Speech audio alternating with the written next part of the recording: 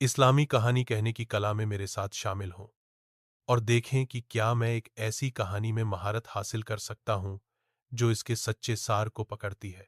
इस्लामी कहानी कहने की एक समृद्ध परंपरा है जो सदियों से चली आ रही है, जिसमें ऐसी कहानियां हैं जो पीढ़ियों से चली आ रही हैं।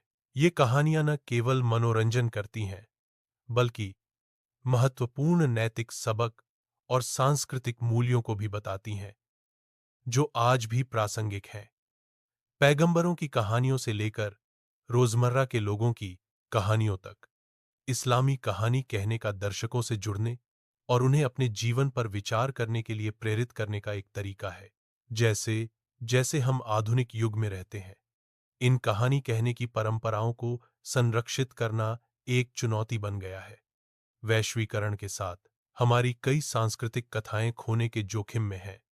विदेशी विचारों और मीडिया के आने से हमारी पारंपरिक कहानियों के लिए ध्यान आकर्षित करना मुश्किल हो सकता है। मैं अक्सर सोचता हूं कि इनमें से कितनी कहानियां कुछ दशकों में याद रखी जाएंगी।